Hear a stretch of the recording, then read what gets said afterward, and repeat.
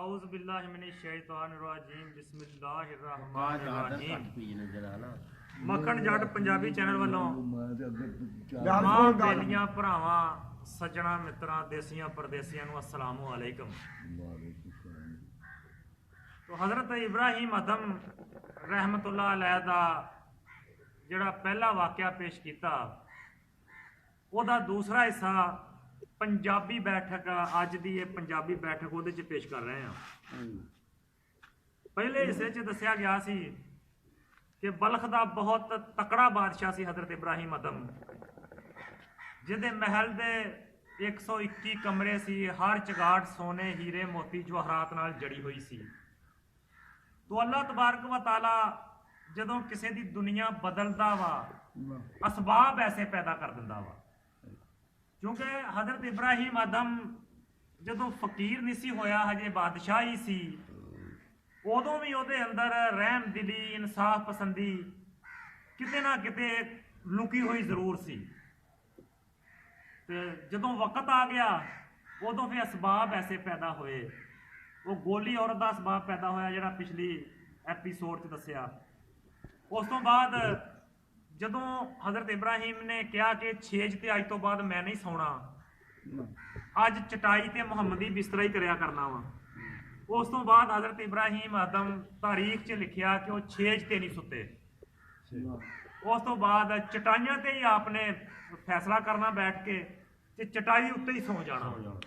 ते शाही तख्त जिहड़ा सी ना वो भी उस तो बाद उन्होंने महल चों कढ़ दिता। ते जिहड़ा शाही लिबास सी मुड़ के वो भी जेबतन नहीं किया। उन्हां दा लिबास एक आम जिहड़ा उहदे महल दा प्यादा सी उहदे बराबर दा ही हो गया। नहीं ते उस तो पहले एक दिन च 4 जिहड़े शाही लिबास वो भी तब्दील हो जाते सी। लेकिन उस तो बाद की हो गया कि वही लिबास जिहड़ा कई कई दिन भी चलता रहिंदा सी। ते चटाई ते बैठते ही फैसला होना, चटाई ते बैठते ही जिहड़ा हैगा सी खाना खाना, और जिन्ने महल दे दरोगे सी उन्हां दे नाल ही बैठ के खाना नोश फरमाना।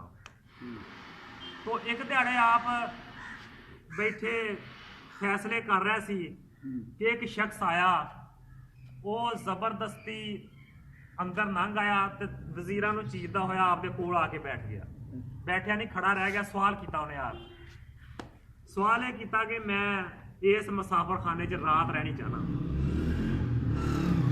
हुण इतने बड़े बादशाह के महल नूं भी मुसाफर खाना कवे गुस्सा करदा ही।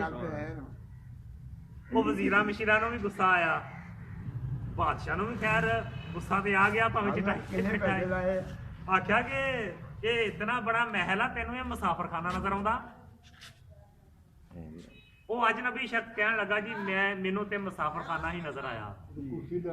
आख्या मुसाफर खाना किवें आ, वेख ते सही इहदियां मंजिलां किन्नियां वा, इहदा रकबा किन्ना वा, इहदी बिल्डिंग किन्नी आ।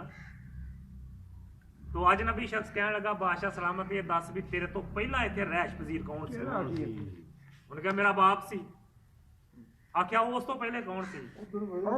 आख्या मेरा दादा। उस तो पहले मेरा दादा सी। आख्या दुनिया फानी आ, मैं भी मर जाना रहना, तू भी नहीं, तेरे तो बाद इत्थे कौन आऊगा? हज़रत इब्राहिम अदम ने आख्या ला महला साडी शाही हुकूमत आ, मेरा बेटा आऊगा। उस तो बाद उन्हें क्या उस तो बाद ओहदा बेटा आऊगा। तो अज नबी शख्स जिहड़ा वो हस पिया। आख्या बादशाह सलामत जिथे इन्ने सारे लोग आए आउण ते चले जाण, उन्होंने मुसाफर खाना ना कहिए तो होर की कहिए? भी उन्होंने मुसाफर खाना ही कहा जा सकता जिथे इन्ने सारे लोग आउण, अपना जिहड़ा थोड़ा अरसा क्याम करन, उस तो बाद अगली मंजिल वास्ते चले जाण, मुसाफर खाना ही हो सकता, होर की हो सकता। इन्नी गल कह के तो शख्स अजनबी शख्स बाहर निकल गया। जो बाहर निकल गया तो हज़रत इब्राहिम अदम जुत्ती भी नहीं पाई, नंगे पैरी उस शख्स के मगर दौड़ के जाके पल्ला फाड़ लिया। आख्या जी तुसी कौन, आप तारफ कराओ। तो उस अजनबी शख्स ने पिछा भाव के देख के आख्या मैं खिजर हाँ, मैं खिजर हाँ। तो फेरा तेरा तां पाउणा पिया।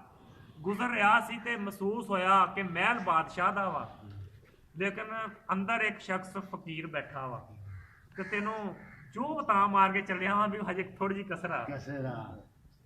इन्हीं गल कह के ते हज़रत खिज़र अलैहिस्सलाम जाते रहे, हज़रत इब्राहिम अदम वापस आ गए।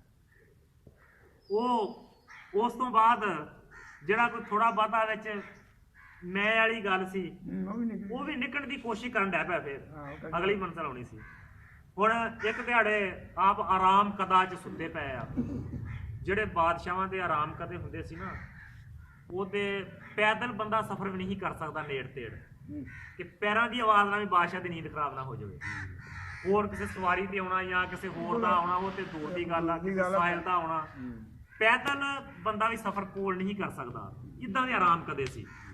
ਹਜ਼ਰਤ ਇਬਰਾਹੀਮ ਅਦਮ ਆਰਾਮ ਫਰਮਾ ਰਿਹਾ ਹੈ ਕਿ ਉਹਦੀ ਛੱਤ ਤੇ ਨਾ ਕਿਸੇ ਟੁਰਨ ਦੀ ਆਵਾਜ਼ ਸ਼ੁਰੂ ਹੋ, ਤਰ੍ਹਾਂ ਪੈਰਾਂ ਦੀ ਆਹਟ ਆਉਣੀ ਸ਼ੁਰੂ ਹੋ ਗਈ। ਬਿੜਕ ਆਉਣ ਡਿਆ ਵੀ ਆਪਾਂ ਪੰਜਾਬੀ 'ਚ ਬਿੜਕ ਕਹਿੰਦੇ। ਤਾਂ ਹਜ਼ਰਤ ਇਬਰਾਹੀਮ ਅਦਮ ਨੇ ਪੁੱਛਿਆ ਵੀ ਕੌਣ? ਆਵਾਜ਼ ਅੱਗੋਂ ਆਈ ਜੀ ਤੁਸੀਂ ਆਰਾਮ ਕਰੋ, ਸਾਡੇ ਇੱਥੇ ਉੱਠ ਗੁਆਚ ਗਏ, ਉਹ ਲੱਭਦੇ ਫਿਰਦੇ। ਉਹ ਹਜ਼ਰਤ ਇਬਰਾਹੀਮ ਅਦਮ ਨੇ ਹੈਰਾਨ ਕੋਨਾ ਆਵਾਜ਼ 'ਚ ਆਖਿਆ ਕਦੀ ਬਾਦਸ਼ਾਹਾਂ ਦੇ ਮਹਿਲਾਂ ਤੇ ਵੀ ਊਠ ਆਏ?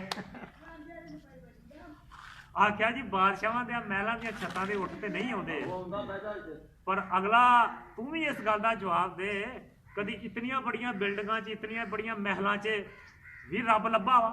ਹਾਂ, ਅਗਰ ਛੱਤਾਂ ਤੇ ਊਠ ਨਹੀਂ ਆ ਸਕਦੇ, ਏਡੀਆਂ ਵੱਡੀਆਂ ਬਿਲਡਿੰਗਾਂ 'ਚ ਏਡੀਆਂ ਵੱਡੀਆਂ ਮਹਿਲਾਂ 'ਚ ਵੀ ਰੱਬ ਨਹੀਂ ਮਿਲ ਸਕਦਾ। ਜੇ ਰੱਬ ਨੂੰ ਮਿਲਣਾ ਤੇ ਛੱਡਣਾ ਪੈਣਾ ਸਾਰਾ ਕੁਝ। ਇਹ ਦੂਜੀ ਠੋਕਰ ਲੱਗੀ ਹੈ, ਇਹ ਦੂਜੀ ਤੀਸਰੀ ਠੋਕਰ ਸੀ। तो तारीख च लिखा कि हज़रत इब्राहिम अदम ने जिहड़ा अपना सब तो ईमानदार वजीर सी ना, सारे अहकामात ਉਹਦੇ नाल लिख के महल ਨੂੰ खैराबाद कहता।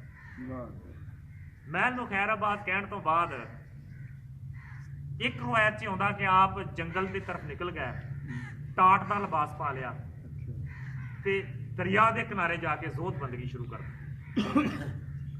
जो जोत बंदगी उत्थे जाके शुरू कर दी तो एक वक्त आया कि आप बैठे अपनी गोदड़ी सी रहे आ सूई नाल, ते एक वजीर का उथा नहीं गुजर होया जिहड़ा उहदा बड़ा वफादार वजीर सी। जो इदा हालत वेखी तो भुख के आसार चेहरे ते नजर आउण, लिबास खस्ता, रेत ते बैठे हुए आ, ते तरस खा गया कि वो बादशाह जी इन्नी ठाठ सी ते रेत ते बैठा ते हालत खस्ता, ते आके ते कहण लगे कि बादशाह सलामत ਅਸੀਂ ਤੁਹਾਨੂੰ ਅੱਜ ਵੀ ਉਸੇ ਨਜ਼ਰਾਂ ਨਾਲ ਵੇਖਦੇ ਹਾਂ, ਲੇਕਿਨ ਤੁਹਾਨੂੰ ਇਸ ਰੂਪ 'ਚ ਵੇਖ ਕੇ ਦਿਲ ਦੁਖੀ ਹੋ ਗਿਆ।